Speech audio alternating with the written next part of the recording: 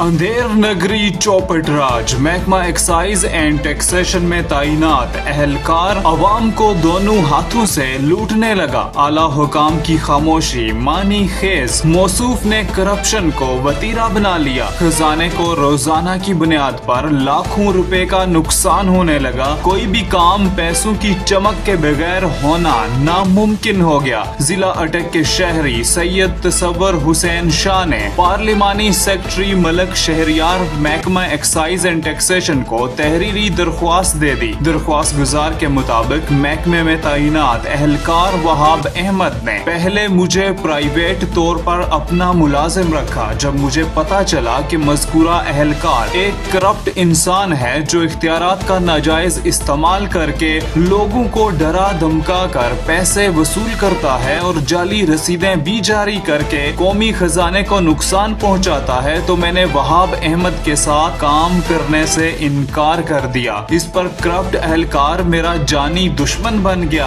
اور میرے خلاف انتقامی کارروائیوں پر اتر آیا۔ درخواست گزار نے اپنی صفائی میں اور کرپشن کے شواہد کے طور پر متعدد پراپرٹی نمبرز کے ٹیکس ریکارڈ کی انکوائری کا بھی مطالبہ کیا۔ شہری تصور حسین نے پارلیمانی سیکرٹری سے اپیل کی ہے کہ وہاب احمد کے خلاف فوری اور شفاف تحقیقات عمل میں لائی جائیں۔ درخواست گزار نے کہا کہ وہاب احمد انتہائی کرپٹ اہلکار ہے جو نہ صرف عام شہریوں کو لوٹ رہا ہے بلکہ جعلی رسیدوں کے ذریعے قومی خزانے کو بھی نقصان پہنچا رہا ہے، جو ایک سنگین جرم ہے۔ مذکورہ کرپٹ اہلکار گزشتہ 13 سال سے ایک ہی جگہ اور سیٹ پر براجمان ہے جو کہ خلاف قانون ہے۔ شکایت کنندہ کا کہنا ہے کہ اگر بروقت ایکشن نہ لیا گیا تو اس طرح کے اہلکار عوام کا اعتماد مجروح کرنے کے ساتھ ساتھ سرکاری ادارے کی ساکھ کو بھی نقصان پہنچائیں گے۔ عوامی حلقوں کا کہنا ہے کہ یہ درخواست محکمہ ایکسائز اینڈ ٹیکسیشن پنجاب کے اعلیٰ حکام کے لیے ایک امتحان ہے کہ وہ کس حد تک کرپٹ عناصر کے خلاف کارروائی کرتے ہیں۔ اگر اس معاملے پر فوری ایکشن نہ لیا گیا تو مزید شہری بھی اس مافیا کا شکار ہوتے رہیں گے۔